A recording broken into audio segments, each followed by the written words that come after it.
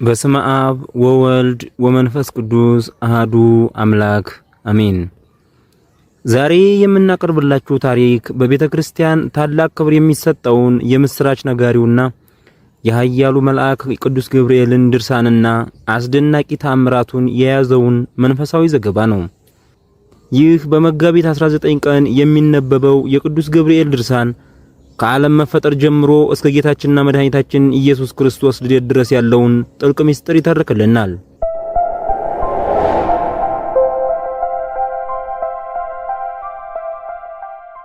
አብራችሁን ቆዩ።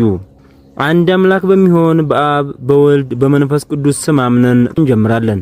እግዚአብሔር የተራበውን የሚመግብና የተጠማውን የሚያጠጣ አምላክ ነው። ለሰዎችም ምሕረትና መልካም ነገርን የሚሰጥ በመሆኑ ልንሰግድለትና ልንገዛለት ይገባል።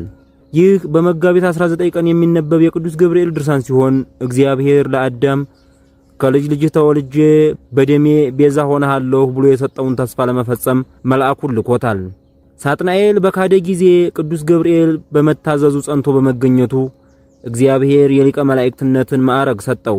ቀድሞ ግን በማዕረግ መጨረሻ ነበር። እግዚአብሔር ቅዱስ ገብርኤልን ወደ ገሊላ ናዝሬት በመላክ ከሴቶች ሁሉ ለተመረጠች ለድንግል ማርያም የሰው መሆኑን ምስጢር እንዲነግራት አዘዘው። መልአኩም በአዳም መዋረድ እያዘነ ይኖር ስለነበር ይህን የደስታ ቃል ሲሰማ እጅግ ደስ አለው። የልብ ደስታ ምልክቱ በገጽ ይታያል እንዲል መጽሐፍ፣ የቅዱስ ገብርኤል ፊትም በደስታ በራ። እመቤታችን በዮሴፍ ቤት ሳለች ለቤተ መቅደስ መጋረጃ የሚሆን ሐርና ወርቅ ትፈትል ነበር። በዚህ ዕለት ውሃ ልትቀዳ ስትሄድ መልአኩ ተገልጦ እግዚአብሔር ያከበረሽ ሆይ ሰላም ላንቺ ይሁን አላት።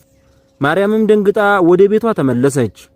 መልአኩ ዳግመኛ ተገልጦ በመንፈስ ቅዱስ እንደምትጸንስና የምትወልደው ቅዱስ እንደሆነ ነገራት።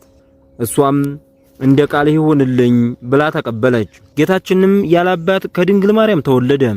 ነብዩ ኢሳይያስ ድንግል ትጸንሳለች ወንድ ልጅም ትወልዳለች እንዳለ ትንቢቱ ተፈጸመ። በዚያን ጊዜ በሜዳ መንጋቸውን የሚጠብቁ እረኞች ነበሩ። የደስታ መልአክ ቅዱስ ገብርኤል ተገልጦ ዛሬ በዳዊት ከተማ መድኃኒት እሱም ክርስቶስ ተወልዶላችኋልና ደስ ይበላችሁ ብሎ የምስራችን ነገራቸው። ብዙ የሰማይ ጭፍሮች ስብሐት ለእግዚአብሔር በሰማያት ወሰላም በምድር እያሉ አመሰገኑ። የቅዱስ ገብርኤል ረድኤቱና ጥበቃው በሁላችን ላይ ጸንቶ ይኑር አሜን። በአንዲት ሀገር አንድ ንጉሥና አንዲት ንግሥት ይኖሩ ነበር። የንጉሡ ልጅም አብራ ከነሱ ጋር ትኖር ነበር። በንጉሡ ቤት አብራ ሴት የሚባል አንድ ስራየኛ ሰው ነበር። ያ ሰው ያችን ልጅ በዓይኑ ትክ እያለ ይመለከታት ነበር። የሚያምር መልኳን አየና በልቡ ተመኛት። ከዚህም አልፎ ተገናኛትና ያን ጊዜ ጸነሰች። ከዚያ በኋላ መልኩ ያማረ ወንድ ልጅን ወለደች። ንጉሡም የአብራሴትንና የንጉሡን ልጅ ይህን ስራቸውን ሁሉ አላወቀም ነበር።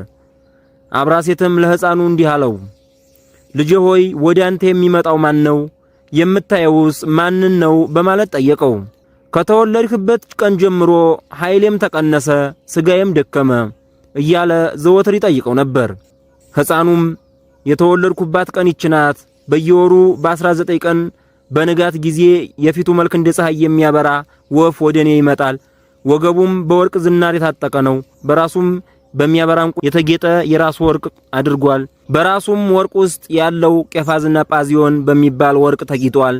በእጁም የተከለሰና የጠራ የወርቅ በትር ይዟል። መልኩ ቀይ ብረት ይመስላል። የአካሉም አይነት የተቆለለ እሳት ይመስላል። ከፊቱም ሲያዩት ሰው ይመስላል። ግርማውም እጅግ ያስፈራል።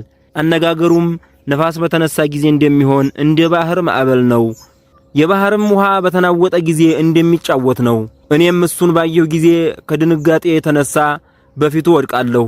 እሱም ያነሳና በእግዚአብሔር ፊት የምቆመው ሊቀ መላእክት ገብርኤል ነኝና አይዞህ ይለኛል።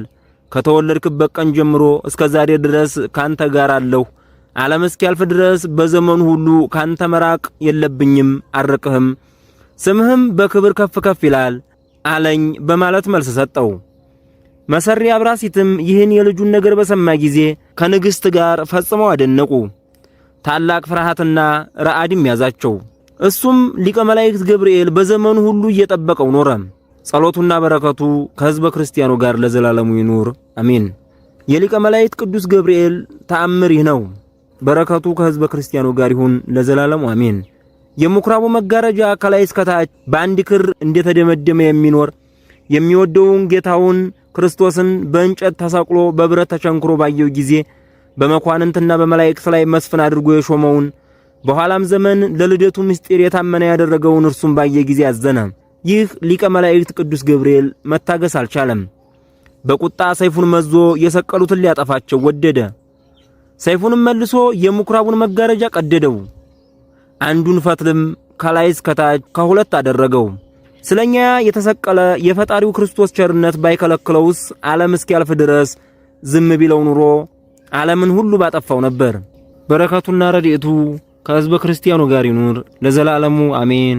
ውድ የቻናላችን ቤተሰቦች የዛሬው የቅዱስ ገብርኤል ድርሳንና ተአምር ትረካ በዚህ ተጠናቋል። የሊቀ መላኩ የቅዱስ ገብርኤል ልመናና አማላጅነት የጌታችን ቸርነት ሁላችንንም ይጠብቀን።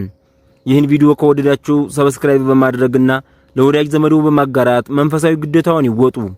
በሚቀጥለው ቪዲዮ በሌላ እስከምንገናኝ ሰላም እግዚአብሔር ከሁላችን ጋር ይኑር። የቅዱስ ገብርኤል ጥበቃ ከሁላችን ጋር ለዘላለሙ ጸንቶ ይኑር። አሜን።